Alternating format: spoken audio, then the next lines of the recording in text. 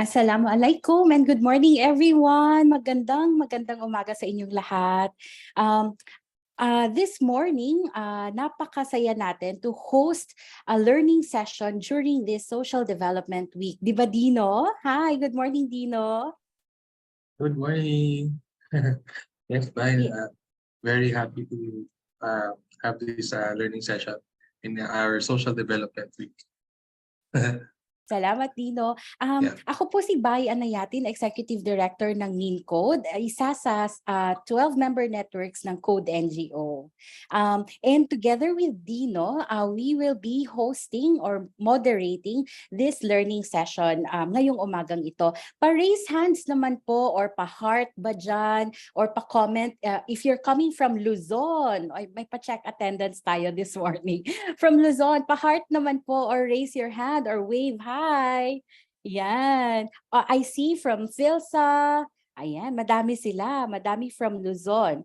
And how about those from Visayas? Hello po, mga taga Visaya, mga Bisaya diha. O, diba? Ayong buntag. Maayong buntag, yes.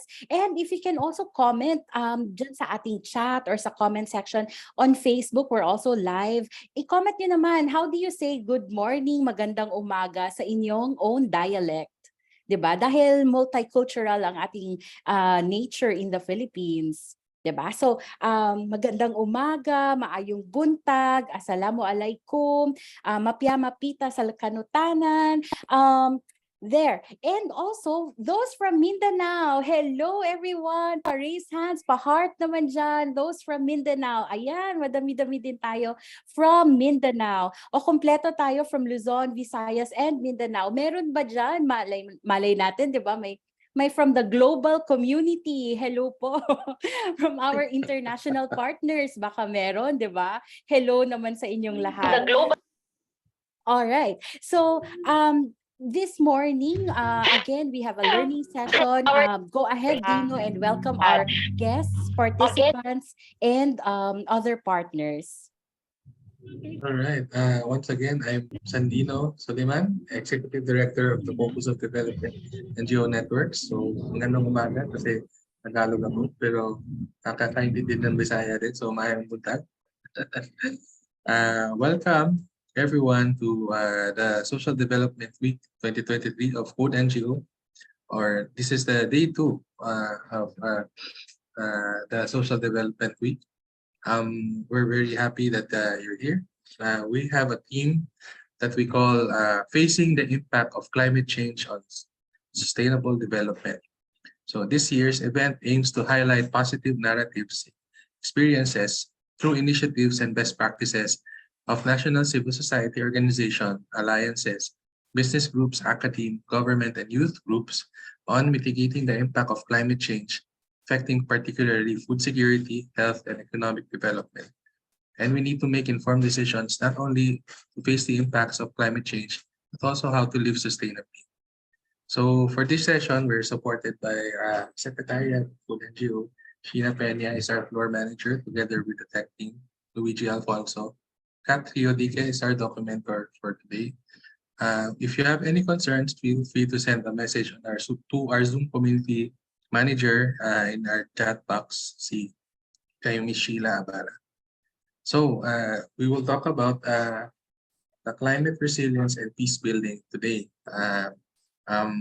where we will focus on how climate change impacts the efficacy of peace building, specifically on how to provide peace and security, strengthen governance and justice, and to ensure social and economic development. We'd like to explore and advocate environmental protection and cooperation as a factor in peace building. With the current situation now outside of the Philippines, between Russia and Ukraine, and more recently Israel and Palestine, we are reminded that disaster is not only an act of nature, but can also be human-induced. We pray for the much needed peace in those places and also here in the Philippines. So yeah, ayan. So welcome again to everyone. I'm excited to learn about what's happening in the peace building movement and the peace building process today. Yeah. Salamat, Dino. And for those who do not know yet, bagong-bago, fresh na fresh si Dino as Executive Director of Code Naku naman. NGO. Oo, so maraming salamat, Dino, for organizing all of this for the whole week. Maraming salamat. And Thank you. of course, no, for those who have been with us sa Social Development Week for the past few years, halos every year talaga we make it a point to host an e-learning a learning session, whether face-to-face or online, about the Bangsamoro, the peace process, and in general a situation on Mindanao. So maraming salamat for having this opportunity to host this learning session. And we're also live on Facebook. So hello sa ating mga nanonood on Facebook. Hi sa inyong lahat. Please feel free to comment or mag-chat kayo so that we're also collecting your insights and your thoughts and your questions as we move along. So let's move forward. Ngayong umaga, we're very fortunate to have with us a member of Parliament of the Bangsamoro Transition Authority. And she's also the Minister of the Ministry of Social Services and Development of the Bangsamoro Autonomous Region in Muslim Mindanao. She's a friend, an ally, and in fact, she comes from the civil society sector before joining the government, and as she was formerly connected with our partner and trusted, no, the alternative law group Saligan Mindanao. So to give us updates, general overview of what's happening in BARM, whether on social, political, and natural environmental situation in BARM, as well as probably trends you've observed po about humanitarian emergencies and response activities, and just take us on the current challenges and prospects on the Bangsamoro peace process. So please help me welcome, pa-heart naman dyan, pa-clap naman dyan. Please help me welcome Attorney Raissa Jajurie, Minister Raissa Jajurie. Good morning po. Yes, good morning. Assalamualaikum. Magandang umaga po sa inyong lahat. Thank you for inviting me and for actually replacement ako, no? But we're happy to provide information on the Bangsamoro, considering that, well, dito sa Mindanao, maybe a lot of you would know about it, but I'm not sure nationwide how informed people are of the autonomous region. So can I share some slides for this? Where is that? Ayan. Okay, can you see the slides? Dito po. Okay, so I'll just give a run through of some of the things that I think are milestones in the life of the Bangsamoro Autonomous Region in Muslim Mindanao. So here are some updates, and a lot of these would focus on the laws that have been passed by the Bangsamoro Parliament. So as most of you would know, I hope, yung Bangsamoro Autonomous Region in Muslim Mindanao was established in 2019, and then 2018 yung plebiscite, and then 2019 we were established. It's a parliamentary form of government, so we have an 80-member parliament, and then we have the cabinet, no, headed by also by the chief minister. So recently, how do I?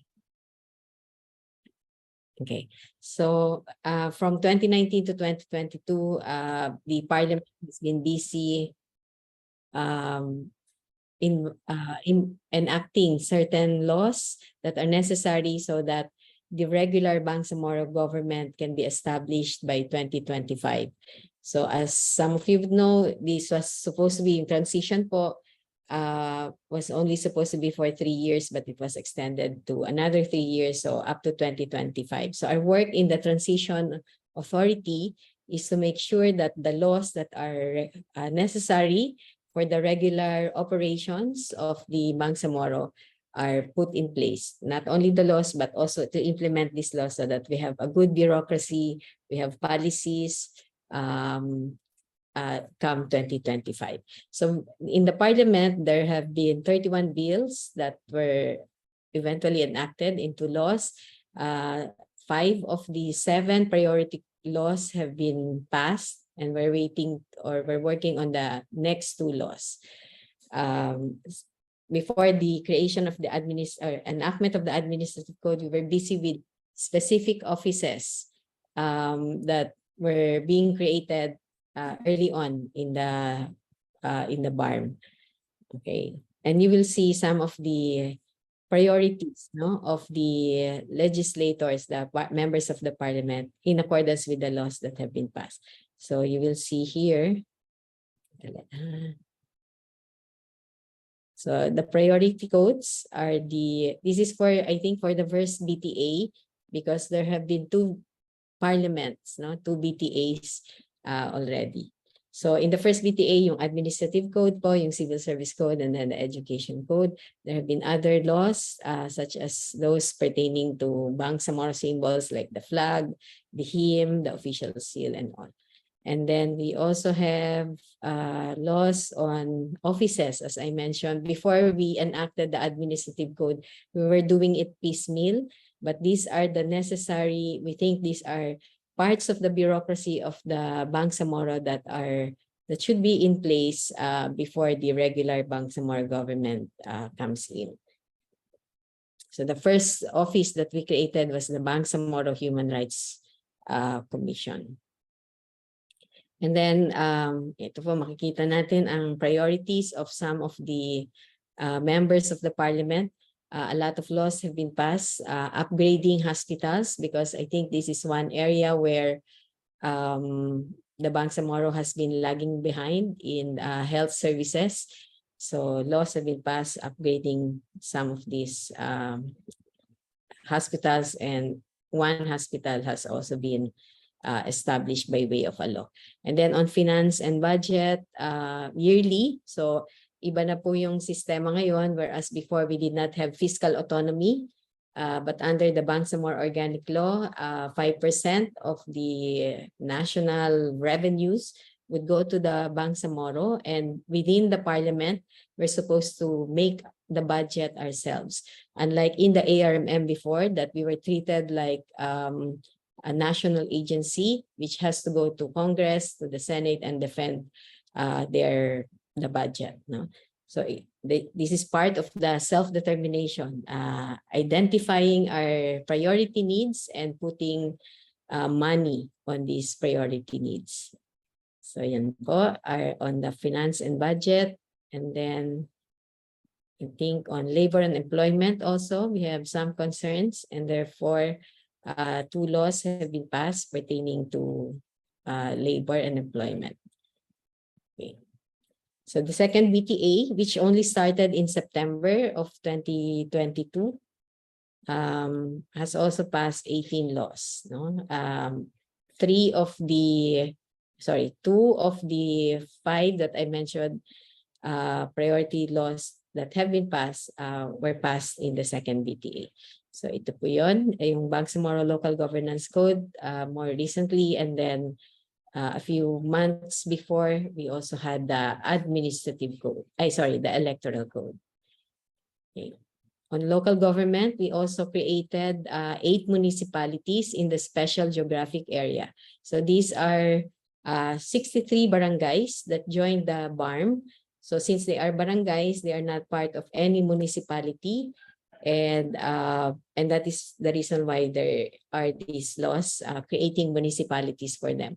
For the creation of the province, it has to be Congress that should enact the law, as this is beyond the powers of the Bangsamoro Autonomous Region. And then we also changed our seat of government from Cotabato City to Parang, Maguindanao. And then on education, we should be establishing a science high school for the BARM by way of Bangsamoro Autonomy Act number 40, and then some other laws on finance, and then the Bangsamoro holidays. So as you can see, the Parliament has been busy enacting the laws. Ang expected po of the Bangsamoro Transition Authority, as I mentioned, is to enact all these laws and create the bureaucracy, reorganize the bureaucracy, because there was an autonomous region in Muslim Mindanao previously, and we have transitioned to the new autonomous region, which has greater political and fiscal autonomy from national government. So we are still working on the bureaucracy. We have not finished all the recruitment processes and placement processes. But I think for the most part, all the ministries have been established. There were 3 agencies or ministries where employees of the ARMM were absorbed, but otherwise, all the others have had to start from scratch, no? From 2019 to recruit new people, establish the programs, capacitate its employees, and set up the mandates and its programs. So the call of the Chief Minister early on was made clear, and this is on moral governance, ensuring that we provide the best services without corruption and more efficiency. I think one of the other milestones also would be the setting up of intergovernmental bodies. This means the relationship between the Bangsamoro government and the national government are set, issues pertaining to these relationships are discussed on a platform, and there are several intergovernmental relations bodies between national and the Bangsamoro government. There's a mother IGR body called like that, IGRB.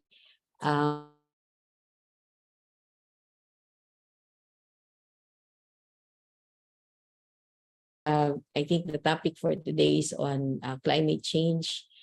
I also highlighted that one of the IGR bodies is the Bangsamoro Sustainable Development Board, where national government and the Bangsamoro government representatives sit and discuss issues that cross the borders of the BARM pertaining to sustainable development, environment, and so forth. There's also a task force on food security, especially we've seen during the pandemic, that we have to make sure that we are food secure in our own regions, and therefore one of the interagency efforts is this task force on food security. I think I'm on the second to the last slide so that we can have more time for questions. I would have to highlight also that since 2025 is upcoming, that would be the first elections in the Bangsamoro, covering the regional positions in the Bangsamoro parliament. As you would know, if it's a parliamentary system, people elect members of the parliament, and a cabinet is formed by the winning political party within the cabinet, and the person who is elected from among the members of the parliament as chief minister will establish the cabinet, majority of whom should also be members of the parliament. And since it's a parliamentary form of government, the majority of the cabinet are members of the parliament, and there will be stronger working relationship between the executive and the legislature. Since elections will be in May 2025, many of the people in the region, including some of those who have been appointed as members of the parliament, are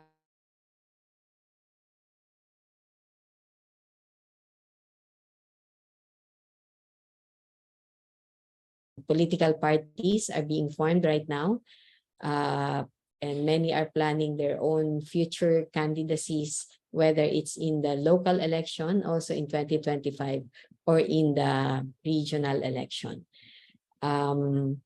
As the BOL says, 50% of the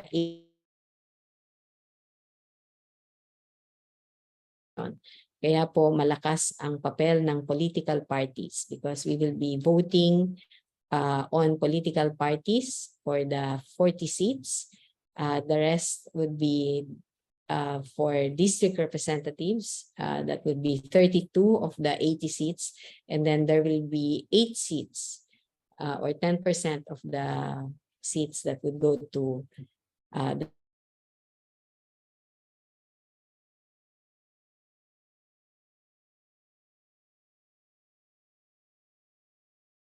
law on parliamentary districts so that there can be elections in 2025. We are still working on the bill and making sure that everybody is on board on the division of the region into these parliamentary districts. It will be a one-member district. So yung 32 po ay very important, no, to be identified by the parliament by way of a law. At present, we're also facing some constitutional challenges. There is still a pending petition questioning the Bangsamoro organic law, even if it's already 4 years since, or 5 years actually, since the RA 11054 was passed in 2018. The electoral code that we passed a few months ago is now facing a constitutional challenge before the Supreme Court, and we heard that the local governance code is also going to be questioned in the Supreme Court. Some of the controversial issues common to this, one would be the political dynasties provisions, no? That's clear in the local governance code. In the electoral code also, within political parties, we made sure that people who are closely related to each other would not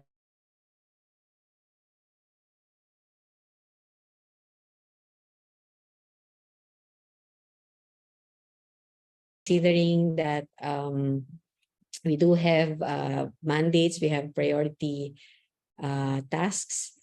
We forge on. There are 2 other priority laws that we have to pass. One would be on indigenous peoples, and the other on our revenue code that also has to be passed by the parliament. So I think yun na lamang po ang aking masasabi on some of the updates pertaining to the Bangsamoro. I'm not sure if it's here. I would also just like to mention that while this is ongoing, there is another track under the peace process, which we call the normalization track. So while we are putting up the bureaucracy of the BARM, we're also saying that in the agreement, there is supposed to be a process where community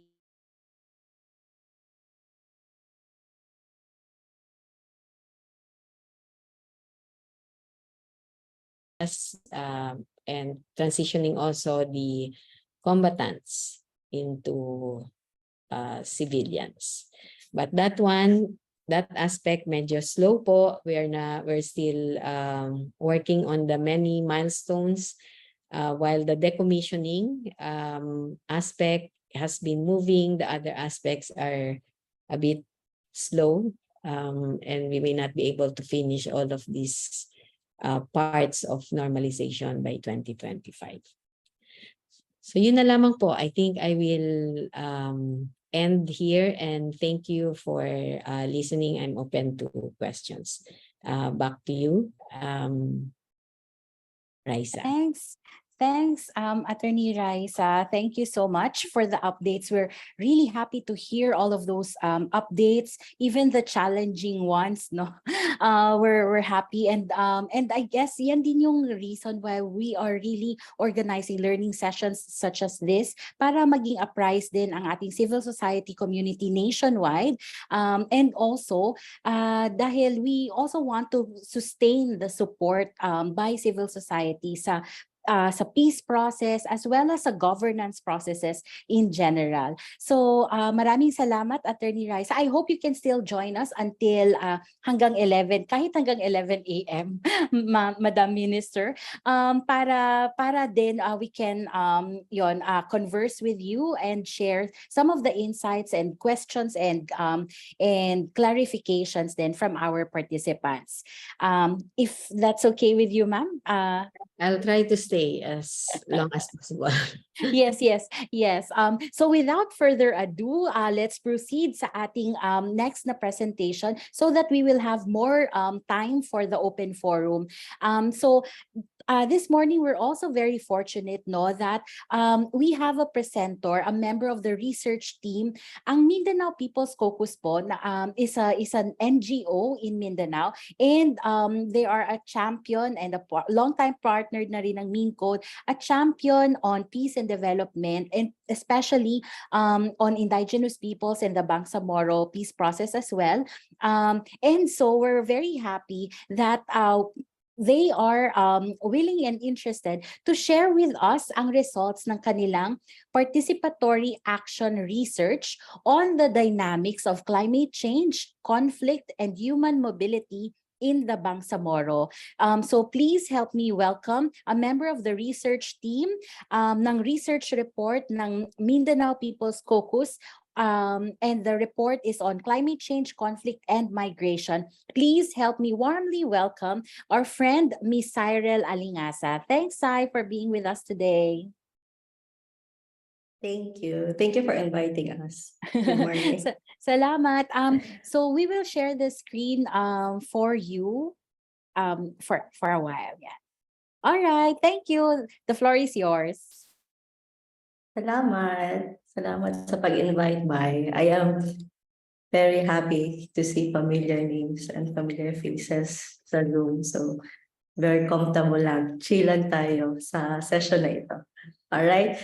So, ako si Sai. I'm Cyrell Alingasa, and in behalf of the Mindanao People's Caucus, ako po ang mag-represent ng aming research. Natapos po siya first quarter of this year. Sinimula namin siya last year. So, ang title ng aming research ay Unraveling the Nexus Participatory Action Research on the Dynamics of Climate Change, Conflict, and Human Mobility in the Bangsamoro Region, Philippines. Next slide, please. So, bakit Bangsamoro? The Bangsamoro Autonomous Region of Muslim Mindanao has increasingly seen the interrelation between climate change, conflict, and displacement.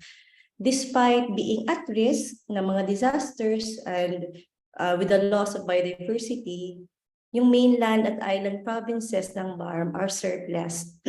Disasters, calamities have significantly affected the region's agriculture and fisheries industries, which is its major economic drivers. And conflict, on the other hand, continues to perpetuate among its communities. So this multifaceted impact of the dynamics between conflict, climate change, and human mobility, I will further discuss that later on as I share with you the lived experiences of the peoples in the Bangsamoro provinces and its special geographic areas. So these conditions, albeit medyo mabilis lang briefly, are the conditions that made BARM a priority area of study ng aming ng nexus na ito. Next slide, please.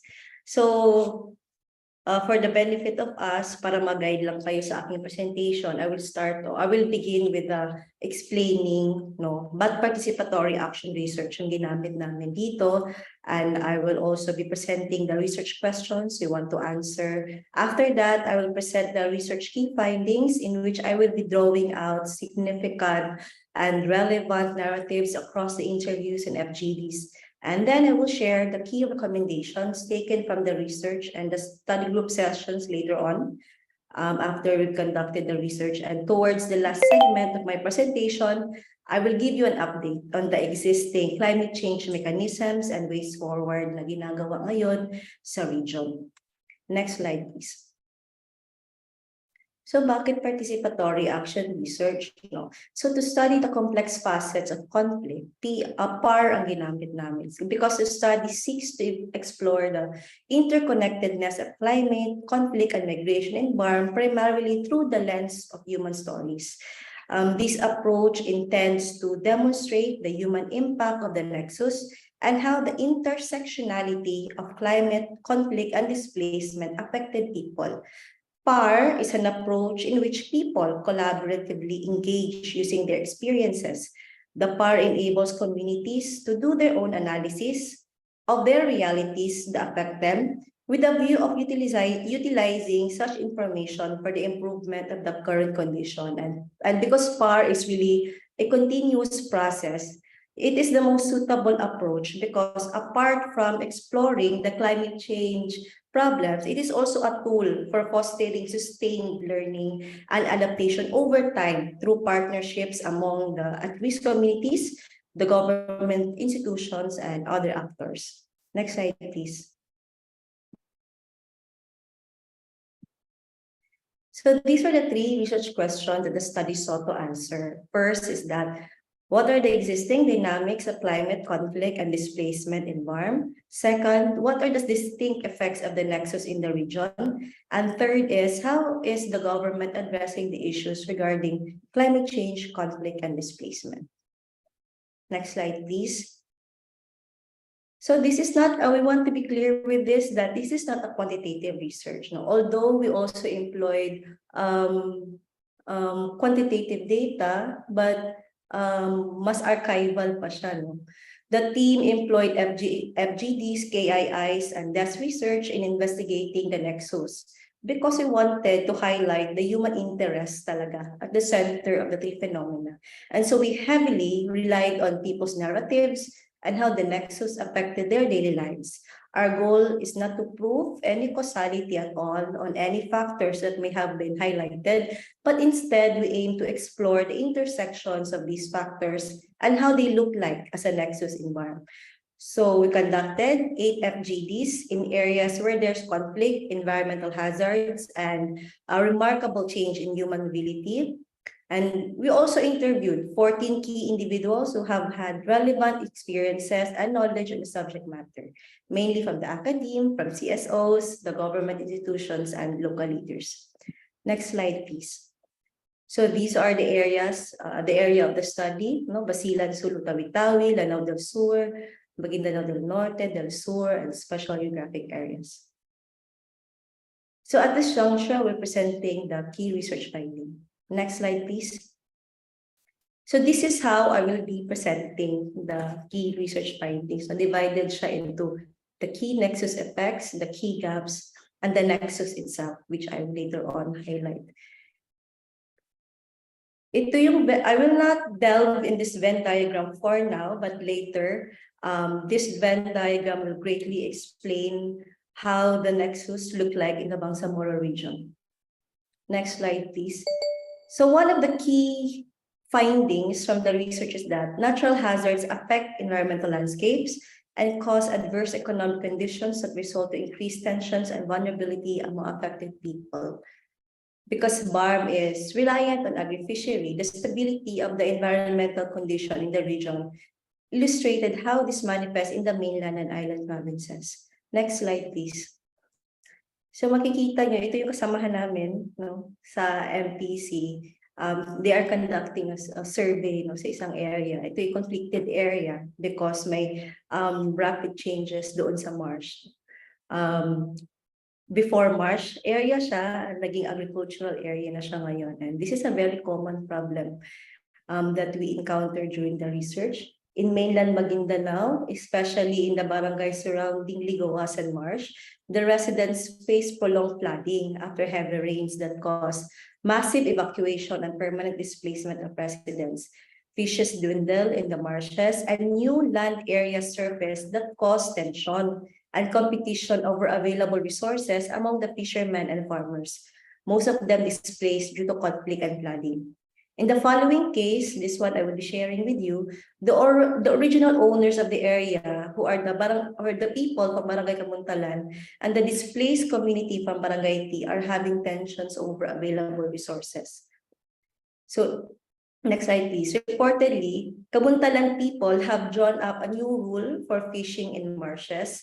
They have placed marks on their properties in the wetlands so that non-Kabuntalan fishers would have to ask permission before they can fish in the swamp. There is also a limitation on the kind of fishing method that can be used. The displaced fishermen from Barangay T prefer the traditional method of fishing, but are forced to comply with the new fishing rules from Barangay Kabuntalan. Fishers from T and other barangays living along the highway are now limited in their fishing. There have been reports that the displaced fishermen have been putting up fish cages, and these cages were forcibly pulled out. When the fishers are pushed to share diminishing resources due to climate change, this can stir tensions in places that lack strong governance and inclusive institutions. It is noted in our FGDs that fishermen from both parties have guns. The possibility of plant feud is dangerously high, given the region's problem with managing its agri-fishery resources and the prevalence of gun culture. Next slide, please. Similar cases are prevalent in SGA and Lanao del Sur, where drying up wells and stagnation of floodwaters in farms resulted to loss of livelihood and negatively affected their health and sanitation of the community. Next slide, please. Another example from the island province in Indanan, Sulu, the environmental risks include unpredictability of huge waves, strong winds, and warming sea temperatures. The main livelihood in this area, which is seaweed farming, it was really greatly affected. No? Environmental degradation caused sickness in the seaweed farms. As you see in the picture, ito yung tinatawag nilang ice infested seaweeds. So, itong nasa left side, ito yung healthy, at yung sa right side naman yung infested. So, it adversely impacted the production process and the farmers' heavy reliance on traders for daily sustenance. Seaweed farmers are in debt and have no choice but to sell their harvest to the traders, usually at a disadvantageous price. Next slide, please. So, we were actually privileged, no, that we were really fortunate because we were able to interview a ex-MNLF combatant who also joined ASG. No, in Indanan Sulu, because Indanan Sulu is a home for many former MNLF combatants who are also seaweed farmers. So we just call him Ronnie, no, doon sa research. So let's just call him Ronnie. We interviewed him. He's the son of an ex-MNLF combatant in Luok and Maimbong who migrated in Indanan Sulu to engage in seaweed farming noong 1994. So Ronnie joined a non-state armed group, ito ngayong Abu Sayyaf, when he was 19 years old. When his family lost their seaweed farms due to ice infestation, Ronnie relied on seaweed farming to feed the entire family and only earned a measly 3,000 to 5,000 pesos per harvest. With weapons still widely available in BARM, delays in decommissioning former combatants, and socioeconomic instability at the community level, many community members fear that these emerging conflicts and security risks pose an imminent threat to the full implementation of peace agreement in the BARM. The main conflict actor, next slide please. The main conflict actor in BARM are the political groups, MILF, MNLF, political and wealthy families in the region, indigenous peoples, private armed groups, terrorist groups. Land ownership remains a primary conflict driver in the region, and rivalry over available land resources complicates this whole thing. So in our FGDs in surrounding areas, for example, in Ligawasan Marsh, participants expresses that siltation and heavy flooding change the river course and convert marshlands into arable land. Legally, marshlands cannot be privately owned. However, in this area, some groups and locals are competing over these new land forms. As a result, tensions arise among the armed groups and locals, which often lead to forced displacement. Flooding limit the evacuation sites for the displaced people to settle, and competition of resources are really heightened during this time. The closest case that will demonstrate this nexus, that demonstrate how land, river transformation influence enemy group strategic locations and movement is a feud among the barangay captain and two MILF commanders somewhere in SGA area in Pikit and Pagalungan. Their dispute originally concerned their respective claims over lands in Pikit, Mindanao, but eventually spun off into a tangled web of political, economic, and personal issues. Ex-MILF commander, formerly based in Barangay Talitay, along with his forces, live in foxholes beside the Rio Grande de Mindanao. On the other side, across the river, is the territory of another active MILF commander. So whenever it floods, the foxholes and the forces of the ex-MILF commander had to move out of the foxholes and will then have to pass the enemy camps in Rajamuda, as it was their only way out. They would throw hand grenades to signal their coming and intimidate their enemies. However, the enemy camps take this as a signal to prepare for a gunfight. So because of this, residents are forced to move as a result of this feud. Whenever there's flooding and armed conflict in Rajamuda and Talitay, around 400 families of these barangays flee to nearby barangay Gligli. And an FGD feedback highlighted that displaced people of barangays Talitay and Rajamuda could manage the flooding, but are forced to evacuate because of the shooting. The problem is that the safe areas where they were supposed to evacuate to, such as Barangay Inuog, were also flooded. So the continuous displacement disrupts their livelihood and causes instability in their ways of living. Next slide, please. Internal displacement can also trigger another brand of conflict or animosity between displaced families and host communities. This is further complicated by political choices of the local communities. As a result, two layers of conflict intersect in this clan-based dynamic, one over shared resources and another over conflicting political biases. In the boundaries of Pikit, Pagalungan, movement of people on account of flooding is intimately linked with long-standing conflict of particular political families.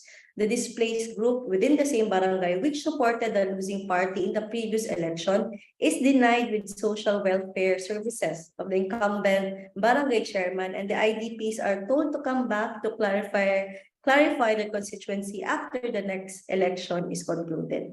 So they don't really get much support. Next slide, please. This is especially evident when displaced villagers due to flooding do not get assistance from the political leaders of tribal camps. These displaced families are, as they said, they are the second priority, as it were, and this has happened. The resentment, as this has deepened the resentment of the said families, such a social cleft has on a number of occasions turned violent. In Maguindanao, flooding forced people to evacuate to a place where they encounter their enemies. Lumiliit na yung pwede nilang mapuntahan ng mga lugar because of the flooded na mga barangays where they are also supposedly evacuate. Next slide, please. Across BARM, women earn incomes by engaging in farming, fishery, domestic work, and going overseas. However, they still have limited decision-making of their financial resources. This limits women's overall ability to cope and adapt when a conflict or disaster arises. In Marawi City, prostitution increased following the Marawi siege as women sought for alternative sources of livelihood to support their families.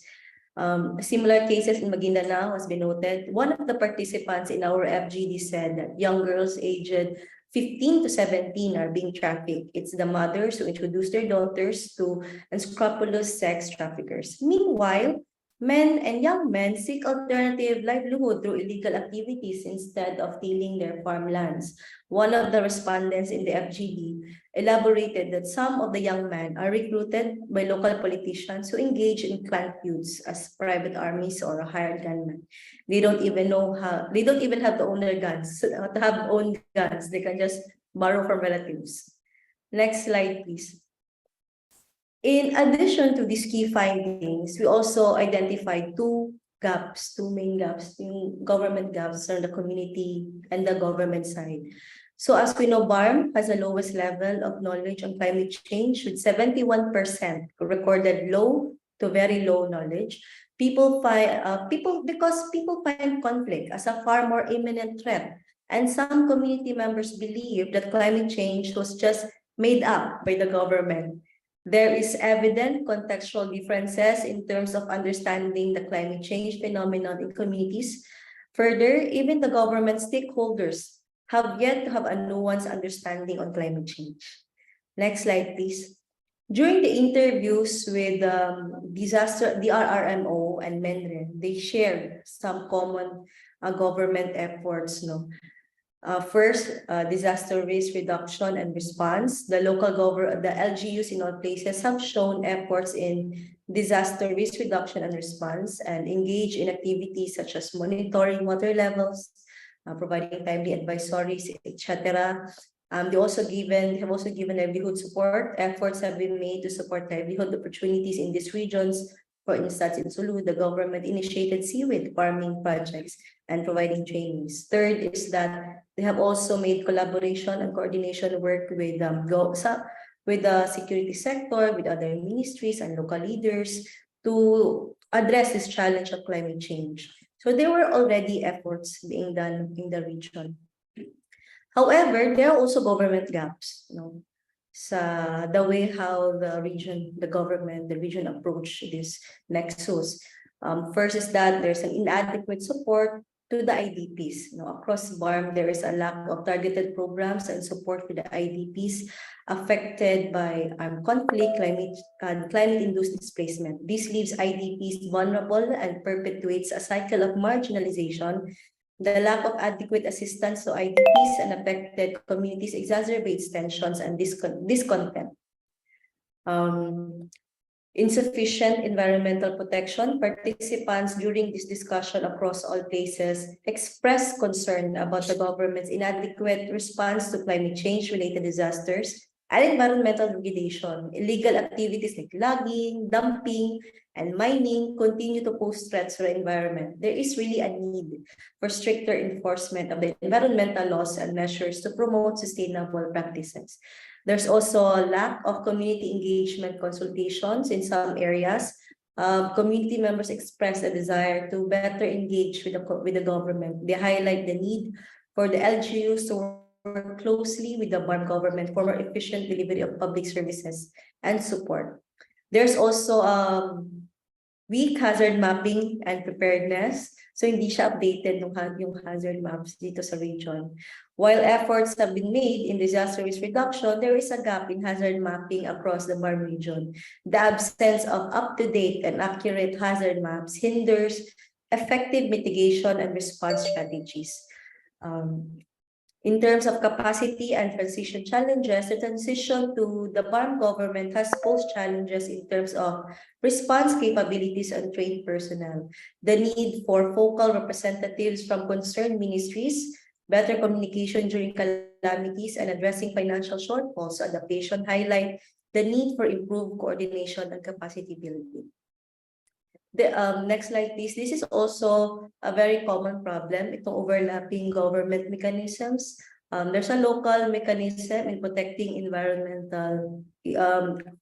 environment, but there's also national level na mga mechanisms which most of the time overlaps and also hinders the LGUs from also protecting the resources. And this was shared by the environmental officers in some of the areas we interviewed.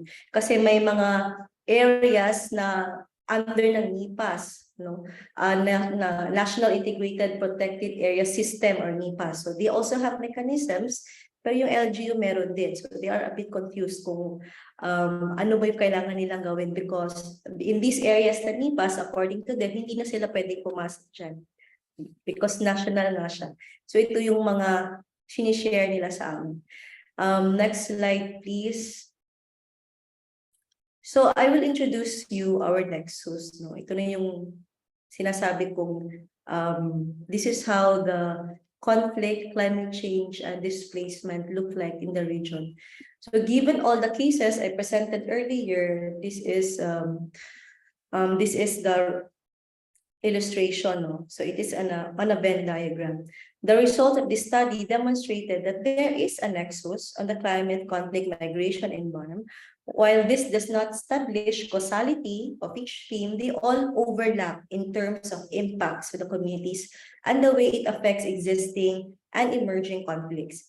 As illustrated in this diagram, violent conflict and migration manifest in the region based on the intersection of major factors including environmental risks, socio-economic challenges, and governance gaps. Further, migration in this case both captures forced displacement and voluntary movements within and outside the region. Violent conflict is particularly highlighted to recognize that it needs the combination of all these three major factors for conflicts to escalate violently. The innermost factors such as addressing knowledge gaps, adaptation mechanisms, and capacity inclusion refer to potential mitigation measures that can be useful to de-escalate conflict and reduce forced migration. Adaptation mechanisms can include policies and programs that help communities adapt to both in sudden and slow onset environmental disasters. So from the research, may mga recommendations kami taken from the FGD and the KIIs. First is that enact legislations, support the BAR ministries in integrating climate change, conflict-sensitive programming in their offices for the LGUs, strong implementation of existing environmental laws, kasi marami na mga existing environmental laws, kaya kulang lang talaga sa enforcement. Drafting of BAR environmental code before passing laws concerning extraction of natural resources for economic purposes. Next, the legislative measures must be comprehensively respond to the context of the BARM, which is confronted with both natural and human-made disasters. Next is the gender integration across policy processes is really critical to ensure effective climate change adaptation interventions, conflict mitigation, and addressing displacement. Next is the conduct of a BARM-wide education drive on climate change, conflict, and human mobility conference to mainstream this phenomenon's threat in the region and how can this be addressed collectively. For the government, international humanitarian and development organizations to embed in their peace building and post-conflict rebuilding programs and projects the issue of climate change risk. So pagkatapos ng research namin, we conducted study sessions with key ministries and committees who are relevant sa tinatakel namin na nexus, and we plotted key action points. First is the creation of a task force that will take the lead in addressing climate change, conflict, and human mobility nexus. Second, the drafting and the passage of a localized environmental code addressing the unique context of BARM region. Third is the adoption of nature-based solutions. Madami na ginagawa actually. For example, charcoal and water hyacinth briquetting, and we want it to be replicated dito sa region. Fourth is the activate the local government units as duty bearers so that the nexus will be addressed from the community or grassroots level. And fifth is to study further how to integrate the climate change adaptation mechanisms in the existing peace-building mechanisms. Lastly, integrate environmental protection in the school curriculum to raise awareness about this nexus. So that would be the end of my presentation. Thank you so much for listening.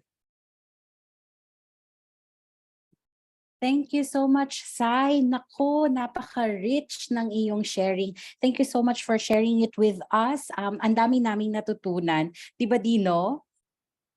Yes, oh my gosh. My mind was blown away. Oo, ang daming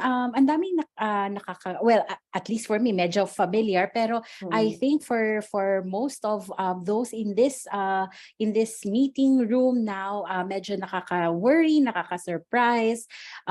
So thank you so much, Sai, for presenting the results of your research. At this point, we are opening the floor for any questions or clarifications that you may have. Unfortunately, our Minister of Parliament, si Atty. Raissa Jajurie, had to leave na. She stayed on as long as she can, pero unfortunately, meron na rin schedule na other activities niya. Pero good thing for those who ask questions first, 'di ba? So yung merong nakapag-forward ng kanilang question ahead of time. So na-raise namin 'yon kay Atty. Raissa, and meron na rin siyang response. So kung kayo may questions or clarifications or insights you'd like to share, please feel free to comment sa chat portion, or if you're on Facebook, i-comment nyo din, because we're also gathering those feedback, no? So yung unang tanong, if I may just share, no, ang unang tanong was about further clarification or updates dun sa division ng DOS, splitting of DOS or Datu Odin Sinswat municipality, and also a question on the political dynasties. So naihabol natin yon i-chat, and merong response si Atty. Raissa, and she'd like to share particularly dun sa DOS division. It is still under the committee. It's still under review by the committee, and public hearing has been conducted. So the subcommittee will have to send its subcommittee report to the mother committee for deliberation. So still it's under deliberation, and yun yung pinaka-latest na update. With regard dun sa political dynasty, if I may just share, ito daw yung mga contentious points na ni-raise as unconstitutional. Ang nakasulat kasi dun sa draft na electoral code is that those who are related within the second civil degree of consanguinity and or affinity, whether full or half blood, legitimate or illegitimate, to any incumbent local official running for an elective position, including spouses, are disqualified to be candidates in the same election for any provincial elective position in the same province, in any city elective position in the same city, any municipal elective position in the same municipality, and any barangay elective position in the same barangay. And any candidate for the local election must declare in their certificate of candidacy the following statement: that the candidate is not related within the second civil degree of consanguinity or affinity to any incumbent local official running for an elective position in the same province, municipality, or barangay where the candidate seeks to be elected. So those are some of the provisions, and apparently ito yung mga provisions ng local government code under disqualification and ni-raise as a contentious issue, and parang gustong ipa-declare na unconstitutional sa Supreme Court. So yun yung ating update with regard to those 2 points. And so if you have other questions and comments, we're here to listen and discuss further. Sige po, baka meron pa pong dagdag na tanong. May nagtanong, and also a warm welcome also not only for our colleagues in the CSO community, meron din tayong mga partners here from the humanitarian sector and also from local government units. So welcome po. Particularly from LGU Gensan, nagre-request ng copy of the research for our for purposes of reference. So yun, and nag-reply na rin si Cyrell na pwede tayong humingi ng kopya sa Mindanao People's Caucus. So just type in your email or di ba when you registered, meron kayong email address na ibinigay sa Secretariat. So baka pwedeng ganun din. Through the Secretariat of Code NGO, we can send everyone a copy of the presentation. And then please, ano lang din, if ever you use the results of the research, kindly acknowledge po ang Mindanao People's Caucus. Maraming salamat po. Yes, thank you so much for the emails coming in. No, I think that's noted by the Code NGO Secretariat. Alright, so may mga tanong po ba, clarifications? Ano po yung inyong insights and how did you feel hearing the updates from Minister Raissa Jajurie and also hearing from the presentation ng results or parang ano ang effect ng climate change sa conflict and mobility in the BARM? Ako pa may isa akong nakuhang tanong from anonymous. Anyway, well, the question was, do we need to resolve conflicts first before mitigating climate change risks? In the case of the two warring groups in Rio Grande, may we mitigate climate risks there in that area, even if there are warring groups? Hello? Yes. Nagka-brown out pala ngayon. Oh my gosh. So brown out po ako. That's the reality. Oo. Medyo often ang brown out dito. Anyway, Okay. we do not want, I just want to answer that, no? And straightforward, we don't want to work in silos. The reason why we have this research is that so we will have an understanding that hindi siya top 1, top 2, top 3, top 4. It shouldn't be approached that way. You know, it's lateral. So when you said, do we have to address the conflict first before we address climate change because the community sees this as imminent? I think it's really wrong. And I think this is what the research is trying to say. Na all of these things happen simultaneously and that we have to approach this in a collective manner, that seeing things in prism ba, hindi siya something na na top 1, top 2, hindi siya gano'n, no? And I think that's the gap actually in how all these organizations, how the government is approaching climate change, specifically in the BARM region. Kasi ang unang nakikita yung conflict. Hindi nakikita na there are conflicts that arise because of climate change impact. There are this massive displacement in the region is a combination of climate change and conflict.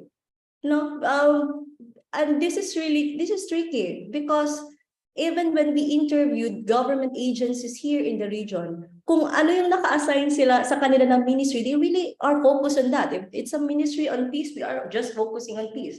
If it's a ministry on environment, we are just focusing on environment. And I think in this, yung lumabas sa research namin, not really what I think, but what's in the research is that this is, there needs to be we need to retool, no?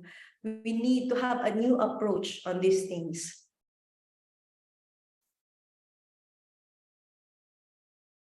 Did I answer your question? Yeah, I think so. Thank you. Tingnan ko po ma-reach out ko yung nag-ask ng question. Yeah. Thank you very much, Cyrell.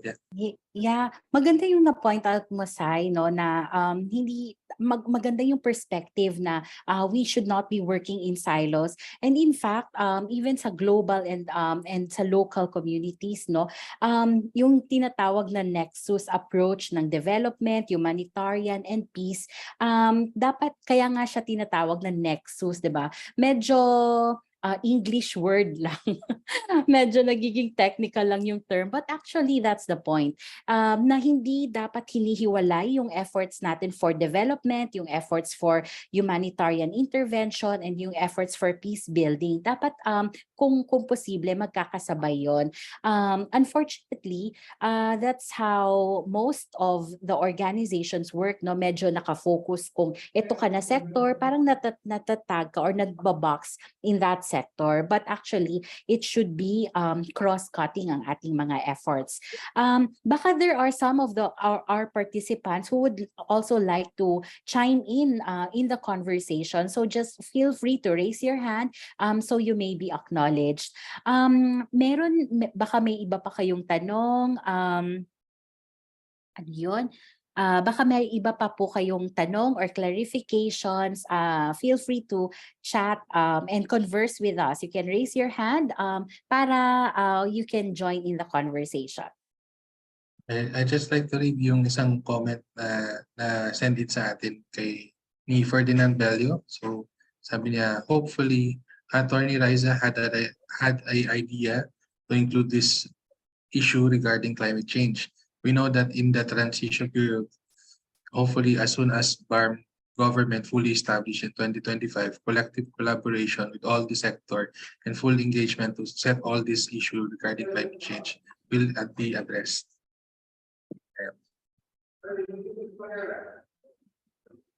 Perhaps even as a next step, no, itong after this learning session, after learning, we will continue to learn and i-share natin yung mga na-gather na questions from this session sa ating mga speakers and also sa ating other partners.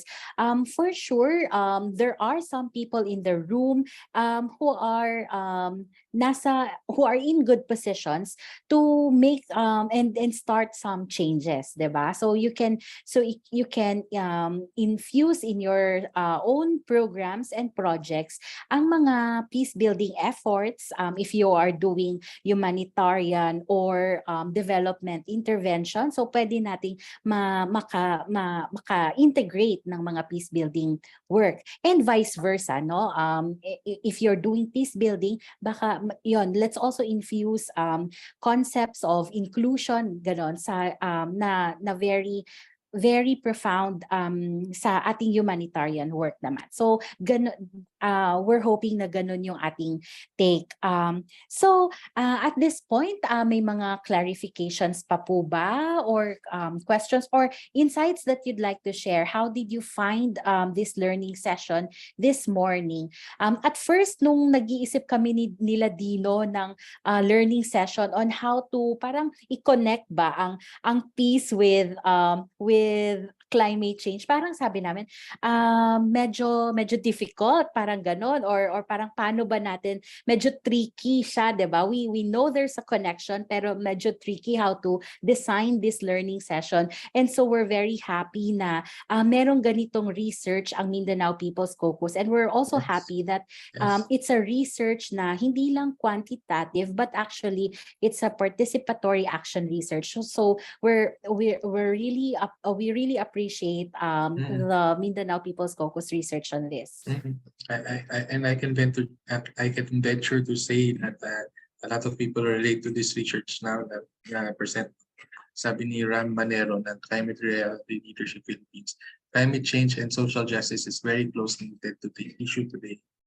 And so, yes, I appreciate ko yun na share sa atin ng Mindanao People's Caucus through Cyrell that indeed things may seem separate but they're interrelated and for that. Also kung may nagtatanong about sa mga presentations, we'll get permission to share this video, this wonderful presentations na share this morning. And even may tanong na po, may nakapag-research na yata about sa study. May nagtatanong na kung ano yung reason for the 143 respondents. I think that's part of the research yata. So, Yeah. yung 143 respondents, it's actually 143 and it's really well represented across the province, and we made sure na yung nai-interview namin, because we set conditions. Ano yung mga community, sinong tao yung mga i-interview namin for the area, sa region na yan, sa province na yan, or municipality na yan, na they really experience displacement, existing conflict, may threat ang environment. So we took this into consideration when we selected respondent ng aming research. It doesn't have to be 1,000, as long as yung 143 na yon really can share in depth about.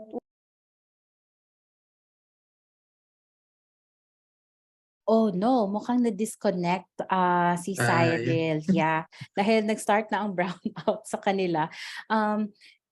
So unfortunately, na disconnection, but I'm sure she will try to get in and join us in this conversation as if possible. Maganda yung na-raise ni Miss Marie Chris sa chat, no? Kung aware ba yung mga respondents about the issue of climate change. So we'll also ask that from Cyrell. Actually, very basic, no, may mga jokes nga, 'di ba, that when we are in the community and talking about certain things such as climate change or noon yung disaster, yung mga terminologies na ganyan, or globalization, yung mga terminologies na ito, sometimes sa local community sabi nila tayo daw yung nagdadala nung mga ganon. So for example, tayo ang nagdala ng climate change dahil we spurred the discussion about it. Pero so yon, we might have local words for it para when we conduct our research and do our orientation for certain projects and interventions para mas maintindihan ng community members. Okay, I would like to answer this question. May I know, from Raissa, may I know to what extent the community respondents are aware of climate change issues per se? So, before we conducted this research, we went to the community, nagkaroon muna kami ng assessment on the level of awareness. So when we went to GEs, one of the questions we asked is, do you have idea about climate change? Of course, none of them knows about climate change. And so we need to move forward with questions. We ask them, what are the abnormalities that you observe in your community for the past 10 or 20, even 30 years? So we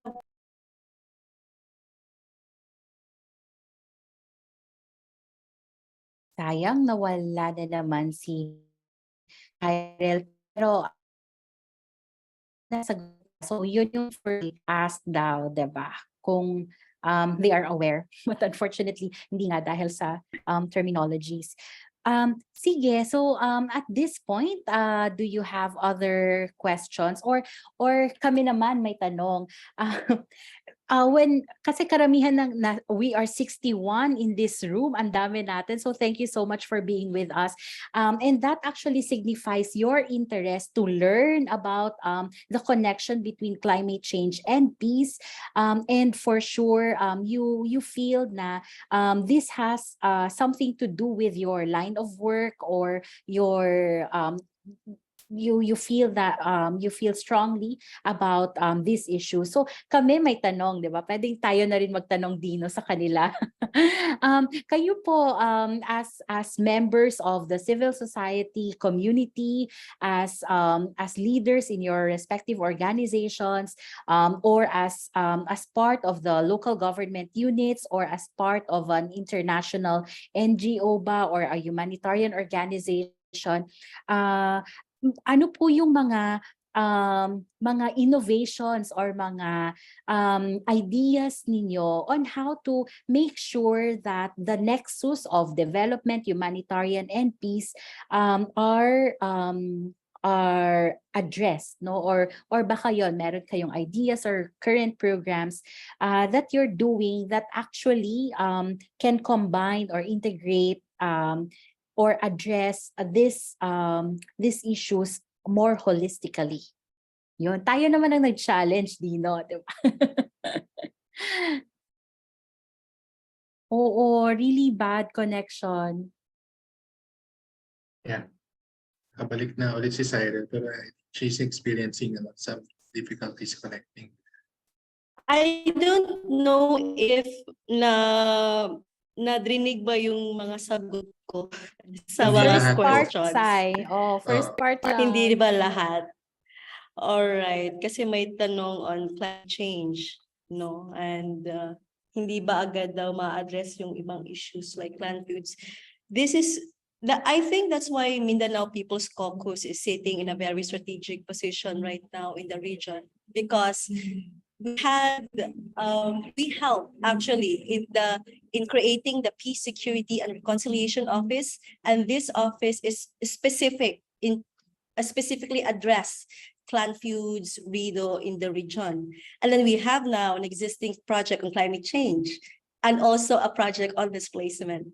So it's really integrated siya, even in the program. And this is how we want to approach things. And we also want to encourage other organizations and the government to approach things, approach it in a way na hindi siya silos.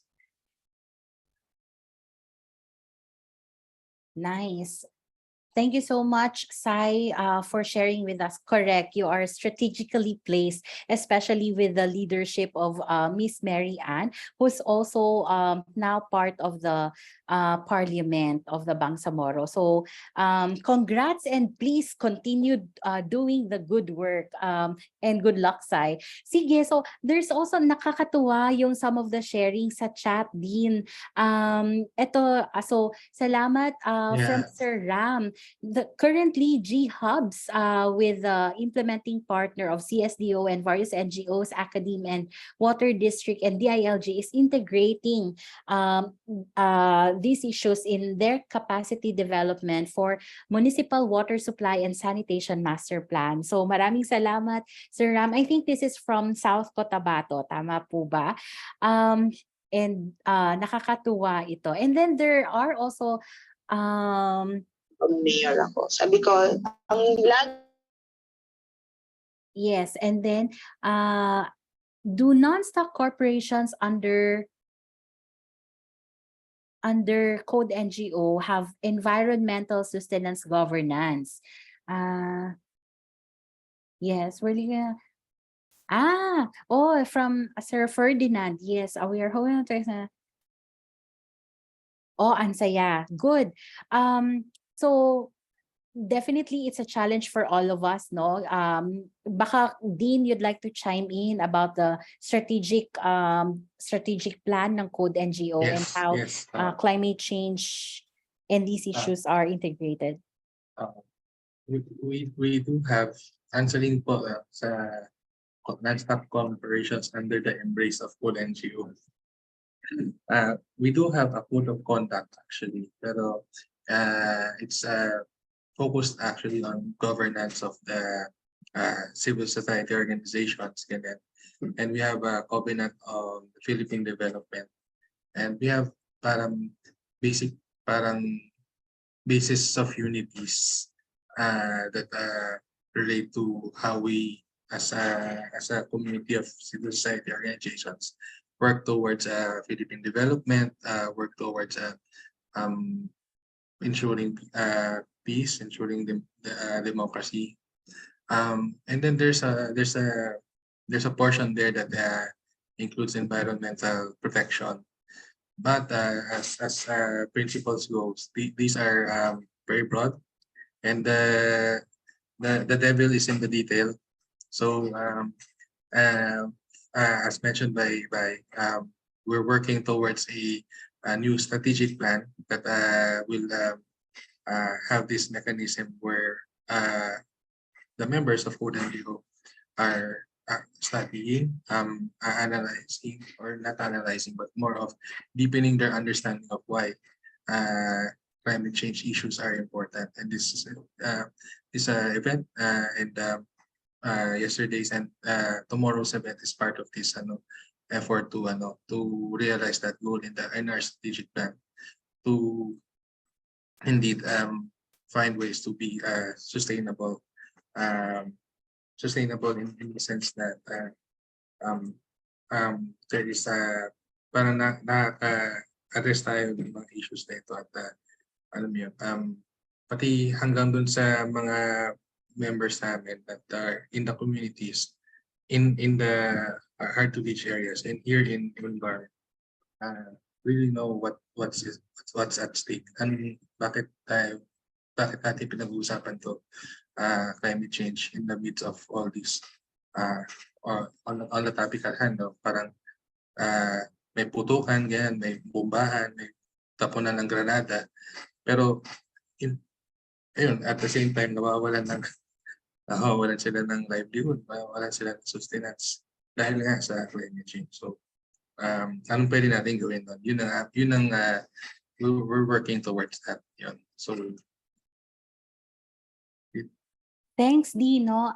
And I at this time nakabalik si Cyrell. One last kung wala na pong questions from the participants, siguro one last parang point of discussion or few words close a message from you, Sai. Particularly kung meron kang gustong iparating. Most of the participants here in the room now are from civil society organizations, mga NGOs and people's organizations, and some of them from the cooperative sector. May iba from working on development, may iba working on humanitarian sector, may iba few on the peace sector. So Sai, baka your last words or your closing message will be, what are your recommendations for us? Ano yung pwede naming maitulong sa BARM or with your research findings and for CSOs, current work, 'di ba? Oo. Ano ang pwedeng maitulong ng CSOs to move this parang to address these issues? Okay, kasi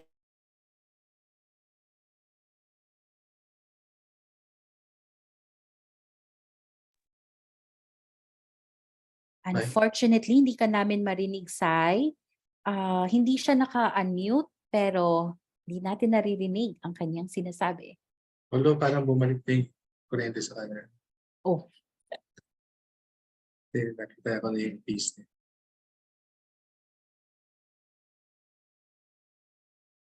hindi pa din. Hindi pa, yeah, medyo. Hello? Okay. Yes. CSOs really have to retool, and study more. Yun talaga. Conduct research, and then from have evidences, and then it's where you base your programs, your projects. There are existing problems, there are existing issues na hindi na angkop yung ginagawa natin before. And that's why we have to embrace a new way of understanding our things, our environment. And retooling is very important. We have to be adapt to technology, adapt to climate change, and how this gets up in conflict, in how we understand displacement, migration. So napaka-globalized na ng ating mundo, and we have although we always want to address conflict in the region, but at the back of our minds we have to understand that there's also a looming problem. Itong climate change is also a looming problem that we have to take into consideration when we understand and when we understand and how we approach peace building, conflict settlement, addressing displacement in the region. Yun siya. Study Do your research. Make your projects, programs evidence-based.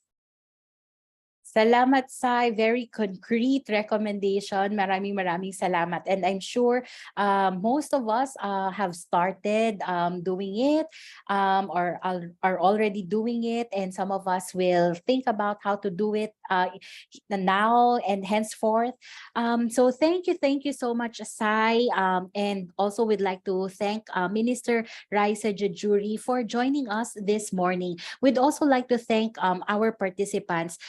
And now we are on the final point of our learning session. I'm happy to call on our chairperson, Miss Andrea Maria Patricia Serenas, for her closing remarks. Ma'am Pat?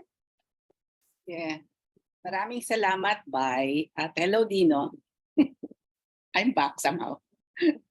At I'm really glad that we did this e-learning session today.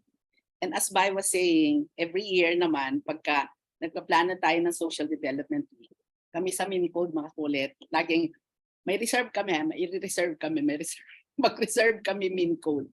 And it's usually around the issues of peace in Mindanao. Kasi yun yung many years ago, we really started to dream that our issue on peace in Mindanao becomes a caucus-wide issue. Adapt ng buong koalisyon. As in sa beginning ng session natin, present natin 12 national networks, 6 national networks and 6 regional networks. And since the peace talks started many years ago, we made sure that, or we had always wanted that issue of peace be a caucus issue at hindi lang issue ng MidCo. Kaya every year meron.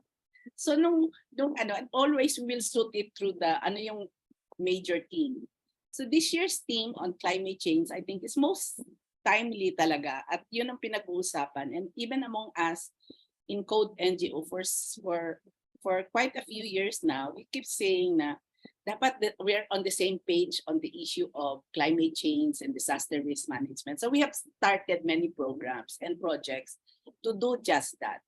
So this year's Social Development Week theme on climate change and resilience was really something we thought kaagad ay may connection sa amin sa Mindanao, may connection sa peace building, because we have always, as I was saying, there's really that nexus of climate change and peace building efforts. And talagang ganun. For so long, we felt that was really what we should focus on in our work with other CSOs, in broader coalitions that we are in broader social movements where we can somehow make sure that we can influence some thinking. So salamat masyado kay Attorney Raissa, one of our reliable and deeply respected moral leader from Mindanao. Di siya, Mindanao yan siya kasi Sulu siya. Pero went to school in Manila, worked in Manila for a while in Saligan, but she was also with Saligan, Mindanao. So, and had for many years now been really actively involved in BARM. And one of our partners really, because sa kanya kami makahingi ng mga information that otherwise we will not get from others, no. so siya yun. And then when we were planning this, we thought that we should really start the session with orientation or updates about the BARM, and who would be the best person to do it, but someone who's really worked on BARM from the peace talks, from prior to the peace talks, advocacy pa lang for peace, to peace talks, deep involvement in that, and then the establishment of the Bangsamoro, and now part of PTA and Minister of Social Development in the BARM.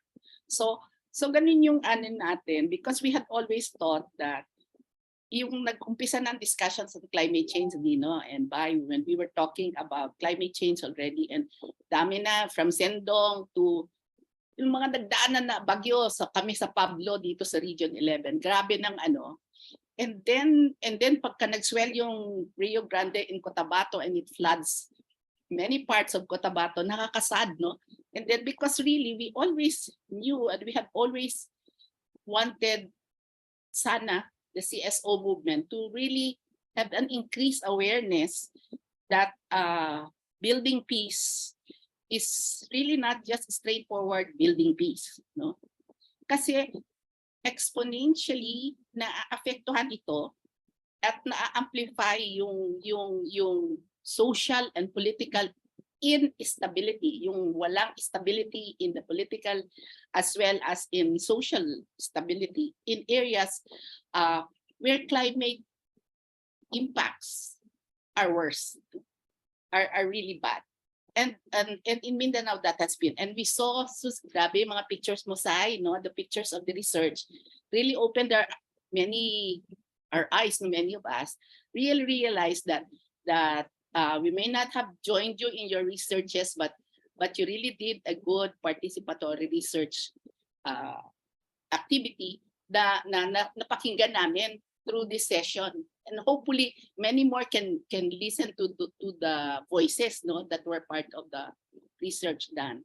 And that's why we were hoping kahapon pa din, no, when we had really good learning sessions yesterday. Also, sana ma-post yan sa YouTube ang lahat ng e-learning sessions so that continuing mas maraming tao ang makakapanood, no, ng mga nangyayari sa Social Development Week na ito.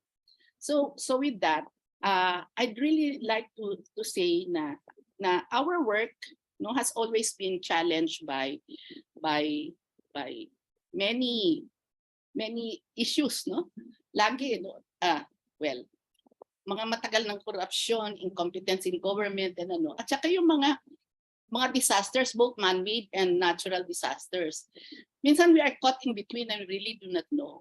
Yesterday's discussion at advanced financing was something quite new to me, kasi medyo naging lang tayo, no, responsive, pagka kung kailan dan tayo maghanap ng scramble for funds or what do we do to help our communities, although some of us are already on that taking those steps for advanced financing programs, no.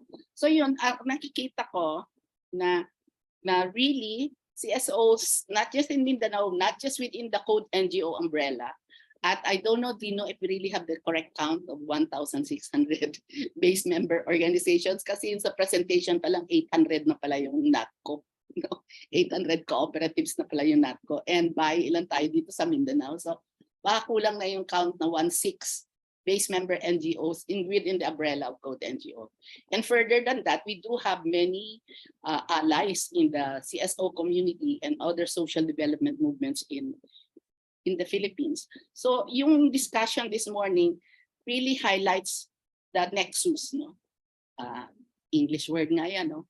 The intersection, ang connectiveness ng mga issues ng peace building at saka climate change, no?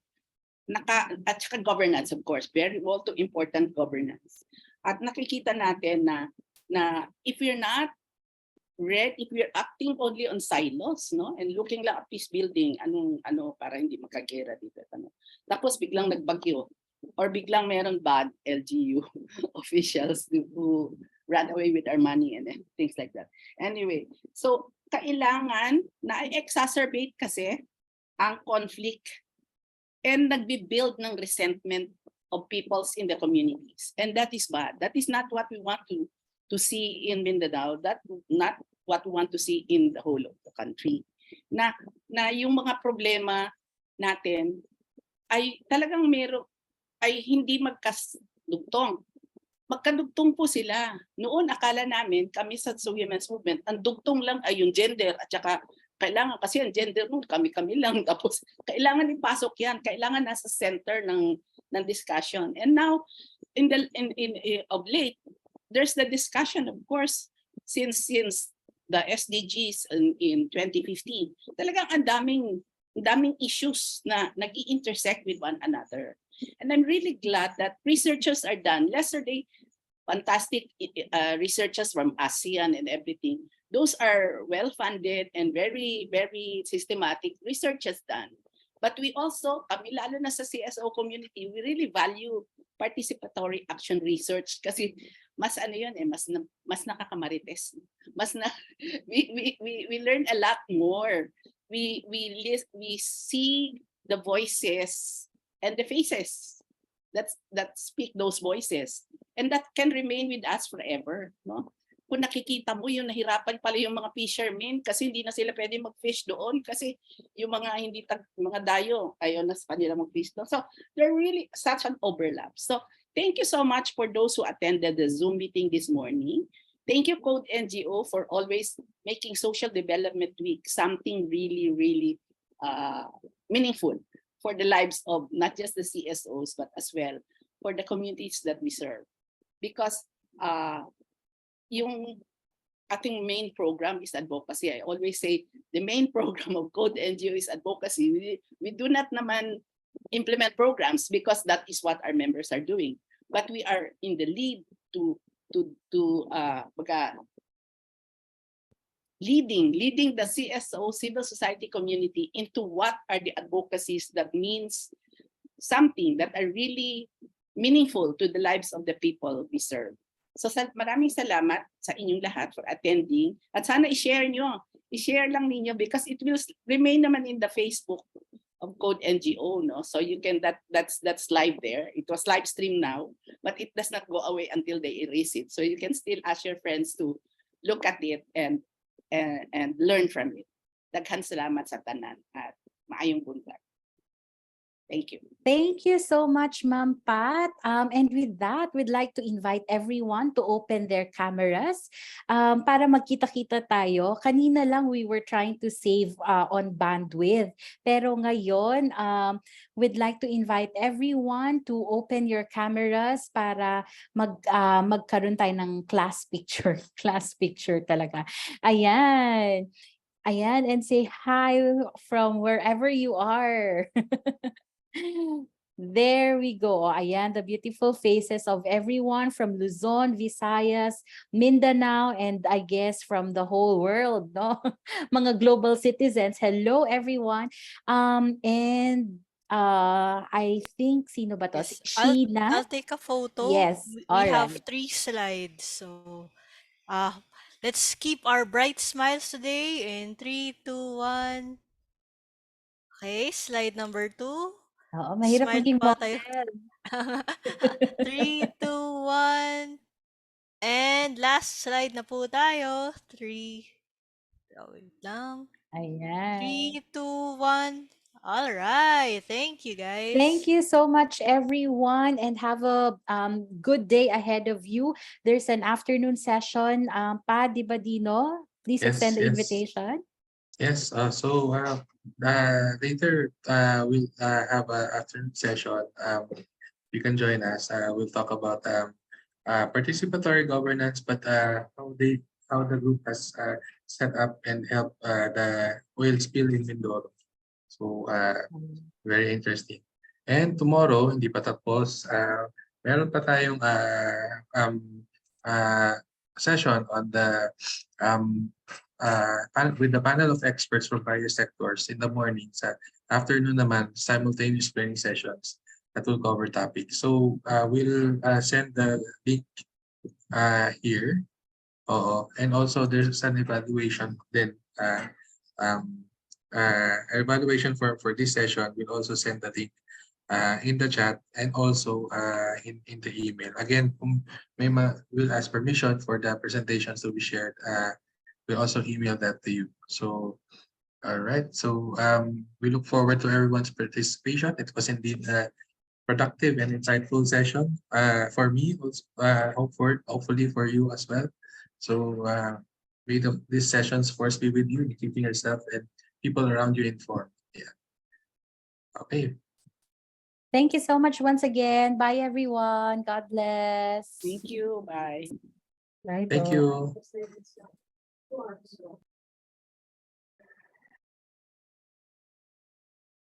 Congrats. Thank you.